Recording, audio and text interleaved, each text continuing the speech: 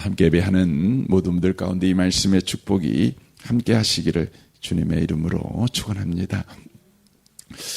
우리가 지금 마태복음 9장 말씀을 다시 시작을 합니다. 그래서 지금까지 온 내용을 잠시 살펴봄으로 이 말씀을 바르게 우리가 볼 수 있을 거라고 생각이 됩니다.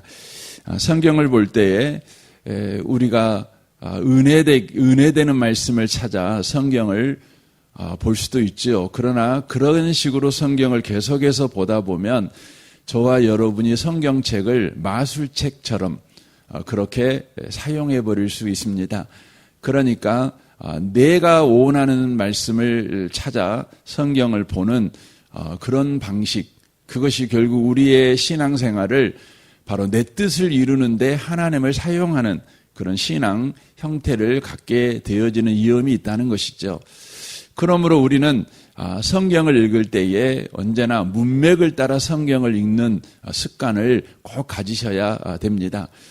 그러니까 성경을 이 흐름을 따라서 읽고 그 흐름을 따라서 성경을 우리가 이해해가는 그런 방식이 꼭 필요합니다. 곧 하나님의 뜻에 내 뜻을 굴복시키는 바로 성경 읽기이죠. 또 하나님께서 말씀하시는 방식으로 성경을 읽어 가시는 것이 너무너무 중요하다고 하는 것입니다. 이 마태복음의 전체 주제는 하나님 나라입니다. 그러니까 이 마태복음에서는 그 표현이 천국 이렇게 되어 있습니다. 우리는 천국 그런 것과 하나님 나라 이러면 느낌을 좀 다르게 갖는 경향이 있습니다. 그러나 하나님 나라와 천국은 똑같은 표현이라는 것을 우리가 이해하셨으면 좋겠습니다. 그러니까 순수 우리나라 말이 하나님 나라겠지요. 한문으로 쓰면 그것이 천국이 되는 것이죠. 한문으로 하면 하늘천, 그래서 하늘의 나라 이렇게 돼 있다 보니까 우리가 오해를 하게 되죠.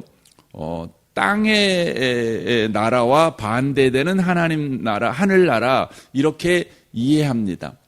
그게 본질적으로는 틀린 이해는 아닙니다. 그럼에도 불구하고 저와 여러분에게 하늘나라 그러면 왠지 모르게 멀리 동떨어져 있는 나라 이런 이미지가 너무너무 강하기 때문에 그렇습니다. 우리가 무슨 문제를 만나면 우리가 하늘을 쳐다보고 또 하늘 그러면 왠지 모르게 미지의 세상 또 미래의 어떤 나라 소망하는 나라 이렇게 우리가 더 감각적으로 생각을 하는 경향이 있습니다. 그래서 하나님 나라 이렇게 우리가 쓰는 것이죠. 하나님 나라라는 것이 뭡니까? 말 그대로 하나님이 다스리는 나라, 이게 하나님 나라입니다. 이 마태복음의 주제가 바로 하나님 나라, 하나님이 다스리는 나라 이걸 보여줍니다. 그러니까 하나님이 나라를 다스리면 어떤 일이 일어나는가? 이제 이런 이야기죠. 그것을 위해서 이 마태복음은 가장 먼저 뭘 소개하냐면 바로 하나님 나라의 왕이 누구신가 이걸 소개를 합니다. 바로 하나님 나라의 왕이 누구신가? 바로 예수님이시라는 것이죠. 왜 예수님이 하나님 나라의 왕이신가? 이제 이 부분을 이 마태복음에서는 이제 쭉 설명을 하는 것이죠. 가장 먼저 예수님이 하나님 나라의 왕이신 이유는 뭐냐면 마태복음 1장 1절에서 그렇게 말하지 않습니까? 아브라함과 다윗의 자손 예수 그리스도의 계보라 이렇게 이야기를 하십니다. 그래서 예수님은 바로 하나님 아브라함과 다윗에게 하신 약속의 성취자로 오신 분이시다. 이렇게 바로 말씀을 하고 계시는 것이죠. 이것은 한마디로 말하면 바로 구약의 선지자를 통하여서 약속하셨던 그 구원자가 바로 예수님이시다. 이렇게 이야기하는 것입니다. 그래서 로마서에서 바울은 복음이 뭐냐? 복음은 하나님께서 그 아들에 관하여 선지자들에게 미리 말씀하신 것, 이렇게 이야기를 합니다. 그러니까 선지자가 구약 아닙니까? 구약의 선지자들을 통해서 하나님께서 약속하신 분, 바로 그 약속을 성취하신 분, 바로 그분이 예수님이시죠. 그러므로 예수님은 하나님 나라의 왕이시다, 이렇게 선언을 하십니다. 그런데 그 예수님은 다만 약속을 성취하시기 위해서 인간들 중에 하나님께서 특별한 사람을 뽑아가지고 그에게 머리에 기름을 부어 그를 구원자로 삼으신 것이 아니라 바로 이렇게 말씀을 하시죠. 23절에 보라, 처녀가 잉태하여 아들을 낳을 것이요 그의 이름을 임마누엘이라 하리라 하셨으니 이를 번역한즉 하나님이 우리와 함께 계시다. 바로 하나님께서 친히 이 땅에 오셨다는 것입니다. 뭐 하려고요? 하나님 아버지가 약속하신 그 약속을 이루어서 자기 백성을 그들의 죄에서 구원하시기 위해서 바로 오셨다는 것이죠. 그러므로 예수님이 오신 것은 하나님의 나라가 이 땅에 도래한 사건이다, 이렇게 이야기를 바로 하시는 것입니다. 그러면 저와 여러분이 당장 질문을 하겠지요. 하나님의 나라가 이 땅에 임했다, 하나님이 이 땅을 다스렸다는 증거가 뭡니까? 이렇게 우리가 질문을 당연히 해야 되겠지요. 그 질문에 대한 대답이 4장 23절입니다. 예수께서 온 갈릴리에 두루 다니사 그들의 해당에서 가르치시며 천국 복음을 전파하시며 백성 중에 모든 병과 모든 약한 것을 고치시니라고 말합니다. 예수님이 이 땅에 오심으로 하나님의 나라가 바로 임했다. 그러니까 하나님의 나라는 우리가 죽은 이후에도 가겠지만 하나님의 나라는 우리가 죽기 전 이 땅에 우리의 인생 속에 하나님의 나라가 또한 임했다, 이렇게 이야기를 하는 것이죠. 하나님의 나라라고 하는 것은 저와 여러분에게 이런 의미라는 걸 놓치시면 안 됩니다. 시간적으로 이야기를 한다면 저와 여러분이 살고 있는 현재의 인생도 하나님의 나라입니다. 하나님이 다스리고 있는 나라죠. 그리고 저와 여러분이 죽었어요. 죽은 현실도 뭐냐? 하나님의 나라예요. 또한 여러분이 죽어가지고 다시 부활하지요. 그것도 하나님 나라예요.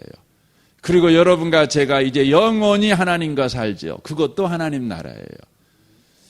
그러니까 하나님의 나라는 우리는 되게 시간적으로 한정을 시키는데, 그게 뭐냐면 죽은 다음에 바로 이 부활도 패스하고 영원히 하나님과 사는 거, 이것만을 하나님 나라라고 생각을 합니다. 그런데 그렇지 않습니다. 하나님 나라는 하나님이 다스리시는 나라인데, 저와 여러분이 살아있는 이 현실도 하나님이 다스리고 있죠. 그러니까 저와 여러분에게 인생에서 일어나는 모든 일이 무슨 일이 벌어지죠? 합력하여 선을 이루어져요. 합력하여 선을 이룹니다.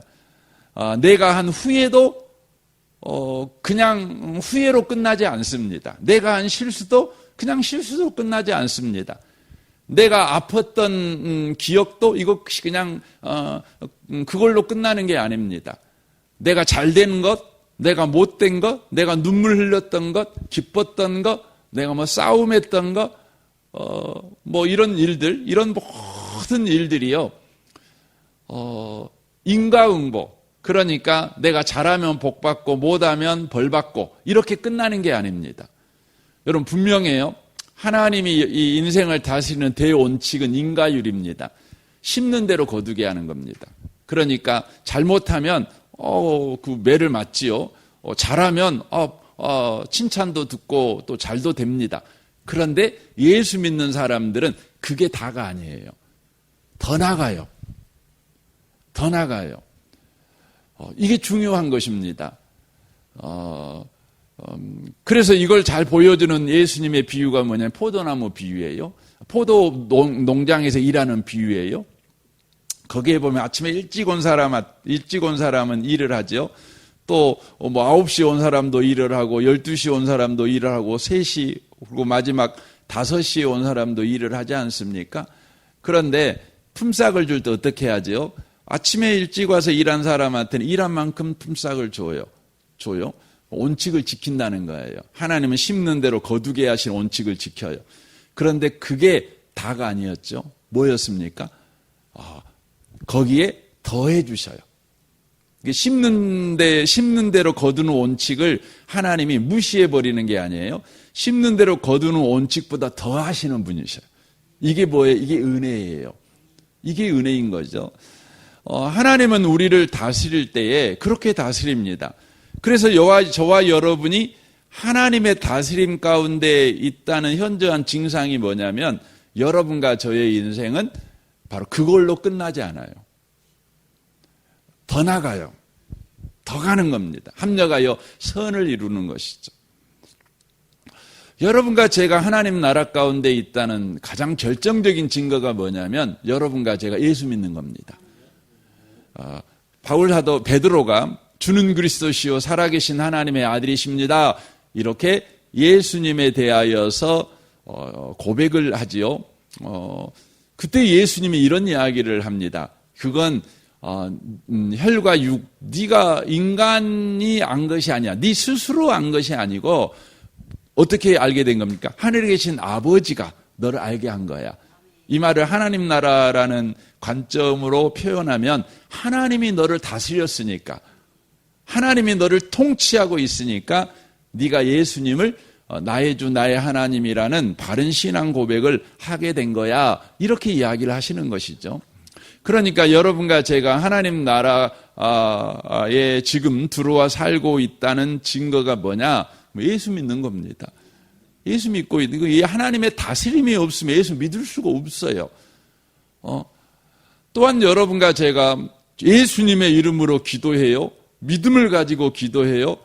또 소망을 가져요. 이런 모든 일련의 일들은 다 바로 하나님이 우리를 다스리기 때문에 나타나는 현상들입니다.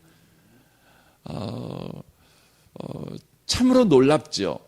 그러니까 저와 여러분들이 이해해야 되는 것은 하나님의 나라, 이것은 어떤 특정 장소나 어떤 환경이 아니라 하나님이 나를 다스리시는 현실이며 그 다스림 안에서 이루어지는 모든 과정과 관계가 하나님 나라라는 것을 여러분과 제가 이해하셔야 돼요. 이 이해의 틀을 가지고 우리가 오늘을 사는 겁니다.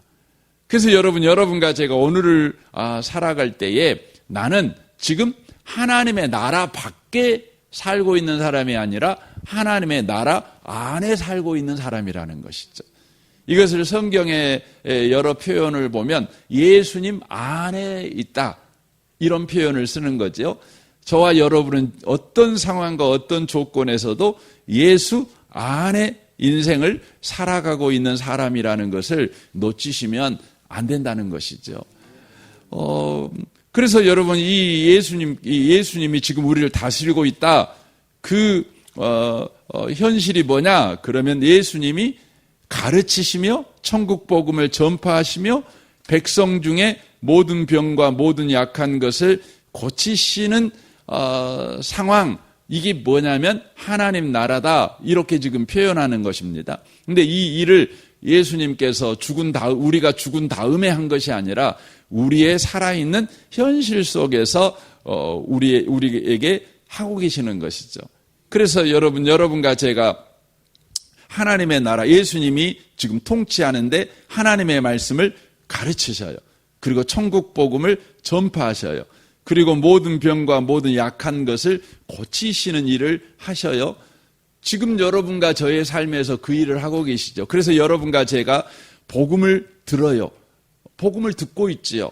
또 예수님이 하나님이라는 이 선포를 우리가 듣고 있는 것이고, 저와 여러분의 인생이 계속해서 예수님 닮아가는 삶을 지금 살아가고 있는 거예요. 이것이 바로 하나님께서 지금 우리를 통치하시고 있다는 현저한 바로 증거라고 하는 것이죠. 그래서 지금 이곳에 하나님의 나라가 임했다. 너와 나의 인생에 하나님의 나라가 임했다. 이것이 이 마태복음 지금 우리가 지금까지 읽었던 내용의 내용입니다. 그런데 오늘 9장이 이렇게 시작하지요. 예수께서 모든 도시와 마을에 두루 다니사 그들의 해당에서 가르치시며 모든 복음을 전파하시며 모든 병과 모든 약한 것을 고치시니라 라고 말씀합니다. 그러니까 마태복음 4장 23절과 9장 35절 말씀은 거의 똑같습니다. 뭔만 다르냐면 장소만 다릅니다. 4장 23절에서는 온 갈릴리에 두루 다니사 이렇게 돼 있고 오늘 본문 9장 35절에서는 모든 도시와 마을에 두루 다니사 이것만 다릅니다. 그리고는 나머지는 똑같습니다. 그러니까 마태복음 4장 23절과 9장 35절은 바로 반복하고 있다는 것을 우리에게 말해주는 것이죠. 이것을 왜 반복하느냐 이걸 이해하려면 유대인들의 글쓰기를 이해하셔야 됩니다. 유대인들의 문법에는 포괄 구조라는 방식이 있어요. 포괄 구조라는 게 뭐냐면 앞뒤로 핵심 내용을 배치를 합니다. 앞뒤로. 그리고는 그 가운데에다가는 그 내용을 풀어서 설명하는 내용을 담아 놓습니다.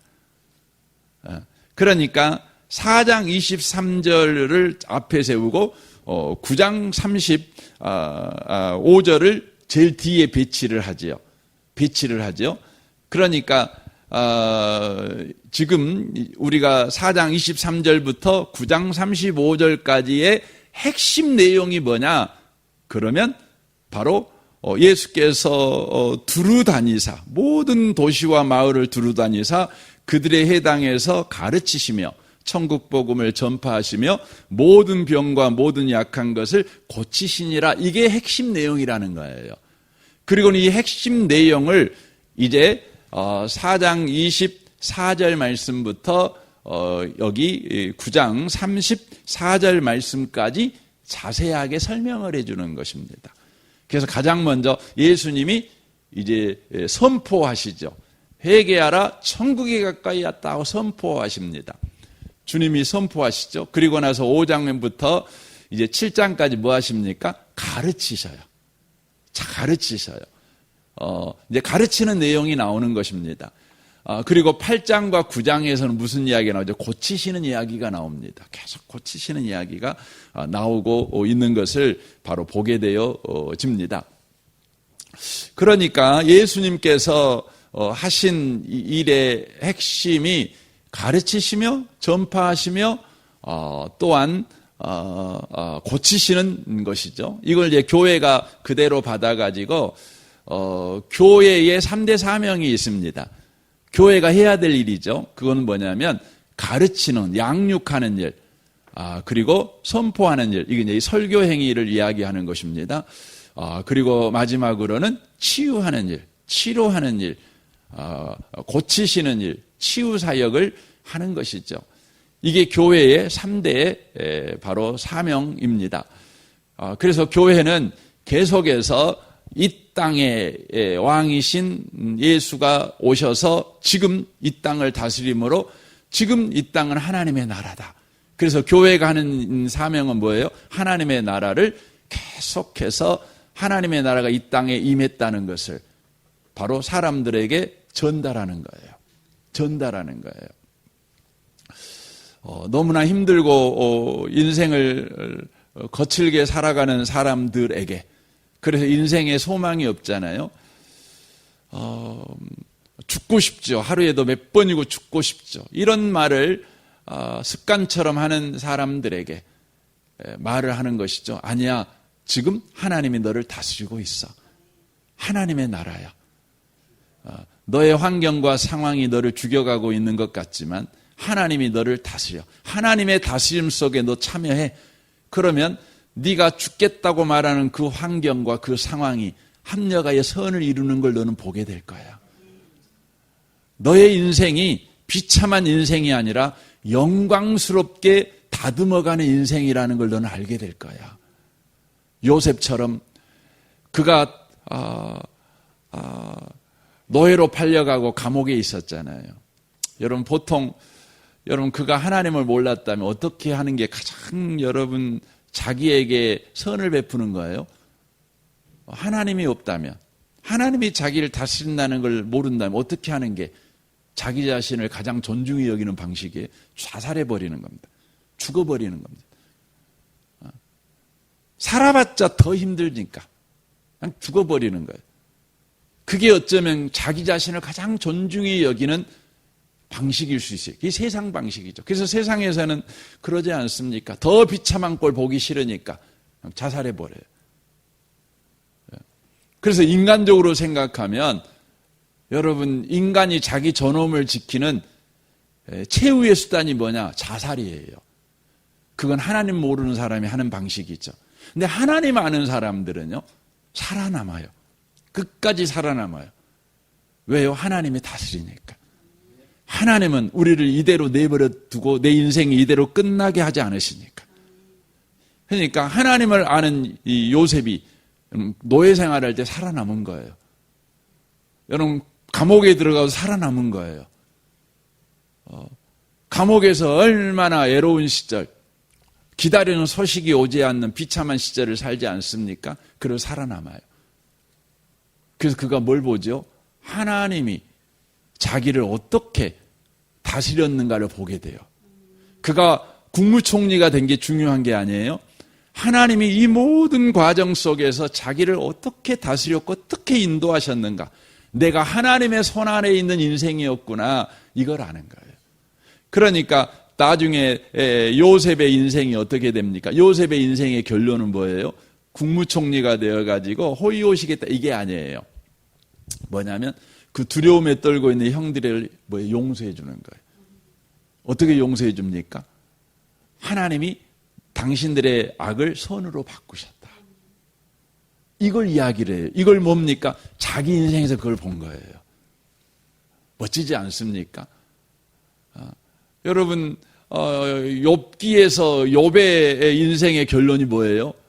욥이 그냥 그 고난 이겼더니 나중에 또 세장가 가갖고 자식을 또 똑같이 낳고 배나 복을 받았다. 이게 욥기의 마지막입니까? 아니에요. 욥기의 마지막은 뭐냐면요, 하나님께서 고난을 허락하시고 그 고난을 통해서 자기 인생을 다스렸다는 걸 알게 돼요.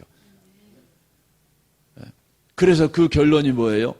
자기가 그 어렵고 힘들 때 상처 났을 때 와서 소금 뿌렸던 그 사람들을 용서해주고 축복해주는 거였어요.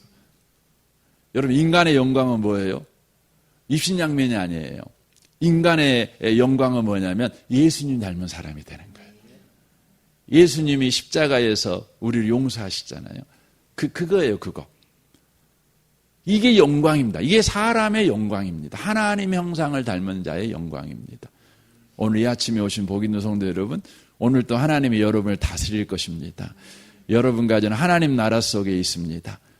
그러니 아직 그 결과를 못 보신 분도 계시겠죠. 그러나 여러분 주님을 바라봄으로 계속해서 인내로 인생을 살아내십시오. 우리는 하나님 나라에 속했으니 하나님의 영광에 참여하게 될 것입니다. 이 복을 놓치지 않고 살아내는 저와 여러분 되시기를 주님의 이름으로 축원합니다. 아멘. 우리 같이 기도하겠습니다. 오늘 말씀을 생각하면서 주님, 우리가 하나님 나라의 다스림 가운데 있습니다. 그 다스림 안에 있는 이 다스림 안에서 이루어지는 모든 과정과 관계가 하나님의 나라임을 우리가 기억하고, 오늘 또 우리가 하나님 나라의 다스림 속에 있음을 놓치지 않고 그 영광을 우리가 바라며 현재의 고난을 인내하는 우리가 되게 해 주옵소서. 여러분 자신과 여러분 가정과 또 직장 생활과 관계된 모든 분들과 특별히 교회를 위해서 또 성도들을 위해서 우리 유치부 섬기는 교사들과 유치부 우리 아이들 위해서 기도해 주십시오. 정선마을 장로님과 순장 순원들을 위해서 이 나라 이 민족과 북한과 열방을 위해서도 기도하시면 좋겠습니다. 우리 좋으신 주님께 통성으로 구하겠습니다. 기도하겠습니다.